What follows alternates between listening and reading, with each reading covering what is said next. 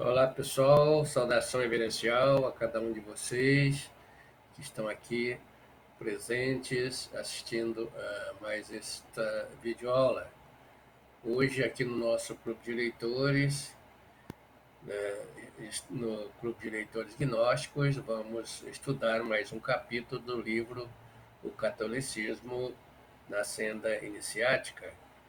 Capítulo 5 tem por título a formação do catolicismo proto-ortodoxo. Por volta do ano de 2000, a Igreja Católica vai tomando forma à medida que ela vai deformando a doutrina cristã primigênia. A doutrina cristã primigênia teve a sua institucionalização reforçada pela iniciativa de Irineu em padronizar os seus dogmas, seus rituais, cerimônias, festividades, missas, etc. Assim, ela ficou descaracterizada da beleza, da pureza da real doutrina presente na doutrina cristã universal primitiva de Jesus Cristo.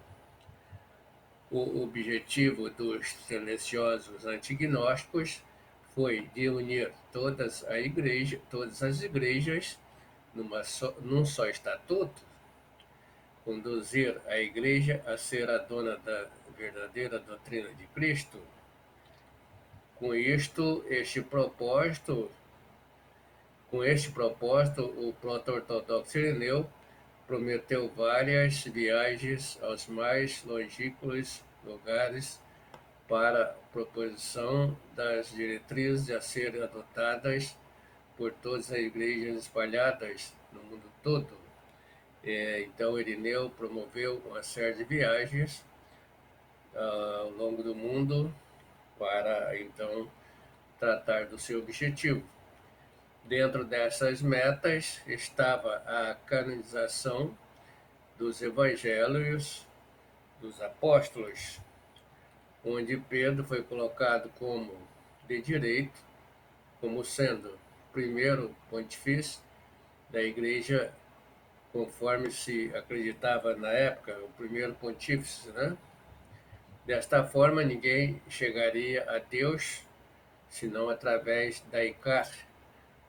ICAR quer dizer Igreja Católica Apostólica Romana, onde ela seria o único meio para se chegar para este fim.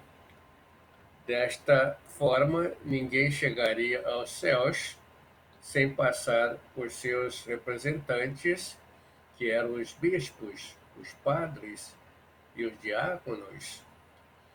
Esta foi a maneira achada pelo sistema dominante de tornar os fiéis cristãos culturais dependentes da ICAR e dos seus representantes, tirando-lhes desta forma a sua autonomia para chegar a Deus diretamente, sem terceirização. O projeto dos proto-ortodoxos antignósticos consistia em organizar legalmente a Igreja Cristã. Esta teria que ser católica, universal, e submergir o povo que ficasse sobre as suas diretrizes, onde este estaria submetido às condições e vontades da Igreja. Para tal igreja sistematizada, os evangelhos seriam escolhidos a dedo pelos donos da bola, para que a heresia não predominasse dentro dos meandros desta poderosa religião. Para este fim, tinha que expurgar da lei os textos gnósticos, considerados hereges. Foi aí que os bispos antignósticos, mandatários do sistema religioso convencional vigente, deixaram de lado os textos que descreviam a reencarnação por serem considerados heréticos. Também rechaçaram outros textos que valorizavam o aspecto feminino das criaturas de Deus. A Igreja antignóstica lançou mão de uma ideologia desconectada da doutrina cristã primitiva para atrair a multidão para dentro dela e prendê-la psicologicamente aos seus dogmas. Assim ela foi prometendo os céus aos convertidos e batizando os seus convertidos e batizados, ao tempo que ia jogando aos infernos eternamente aqueles que escolhiam outras formas de adoração à divindade, todas as formas que não fossem as impostas pela Igreja dominante. Assim, na sua gestão, a Igreja limitou o conhecimento espiritual de seus seguidores, mantendo-os no círculo cristão cultural. Com isto, ela subjugou os seus seguidores, acondicionando-os ao cárcere da escuridão espiritual, a uma verdadeira apostasia.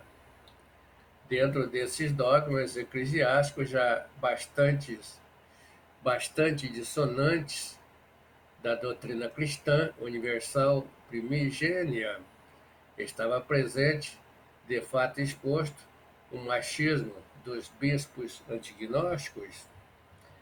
Bispos antignósticos não gostavam de ver as mulheres participando do sacrifício, como se fazia na igreja cristã primigênia. Então, estava claro que a mulher jamais participaria de qualquer ofício sacerdotal que fosse praticado na igreja sistematizada.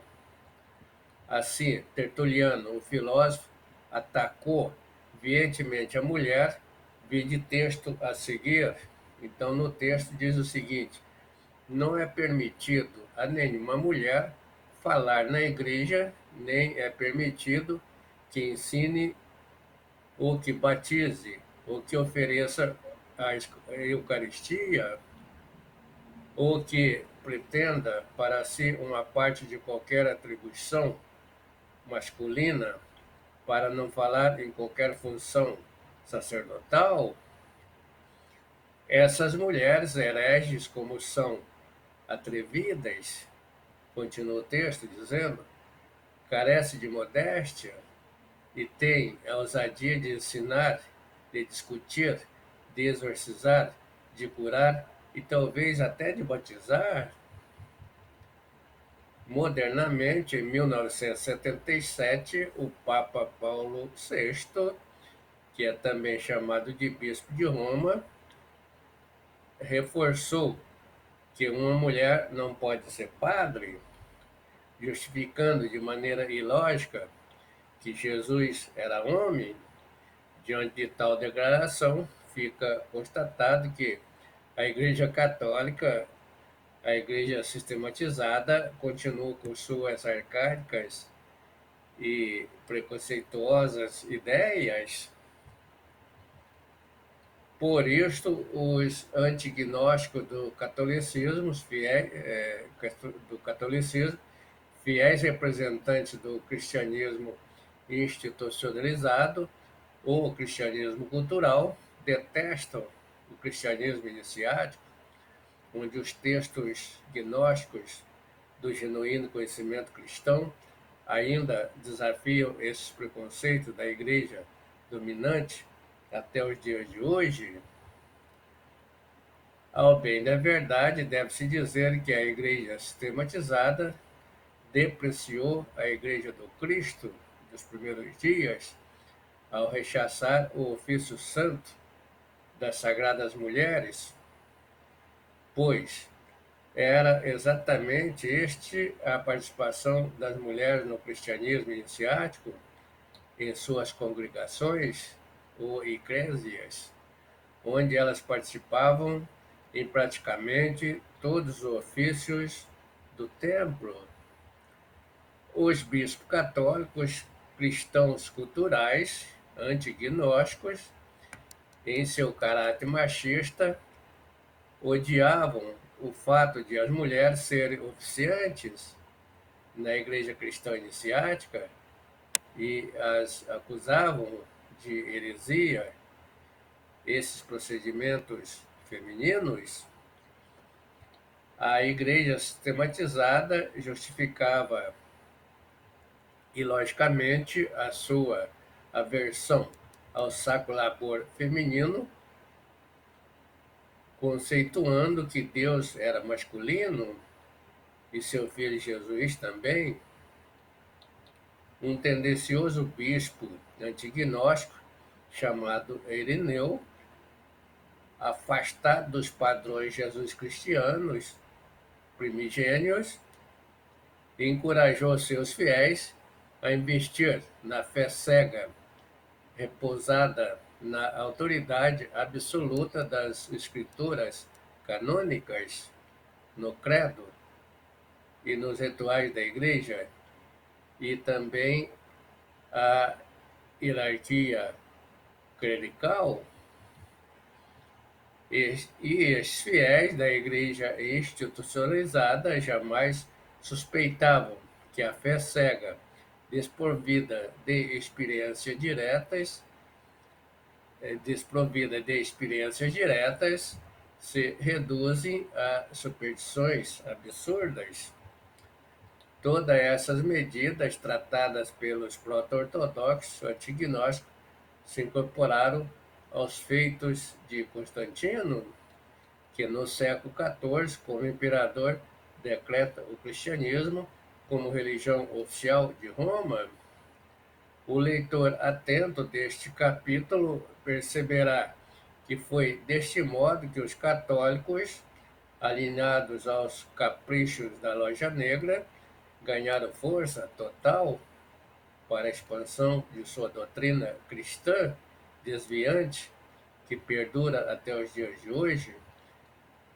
Para continuar lendo e aprofundar no assunto, você pode ir aqui na descrição do livro, logo abaixo, na descrição do vídeo, né, logo abaixo onde você está assistindo, que tem as orientações para você ler o livro em PDF, para você ler o livro de forma convencional, impresso, e também para você vir para o nosso grupo e fazer o curso conosco, onde todos os dias nós nos reunimos às 20 horas e 30 minutos para aprofundar no assunto, trocar ideia, bater papo a respeito do tema.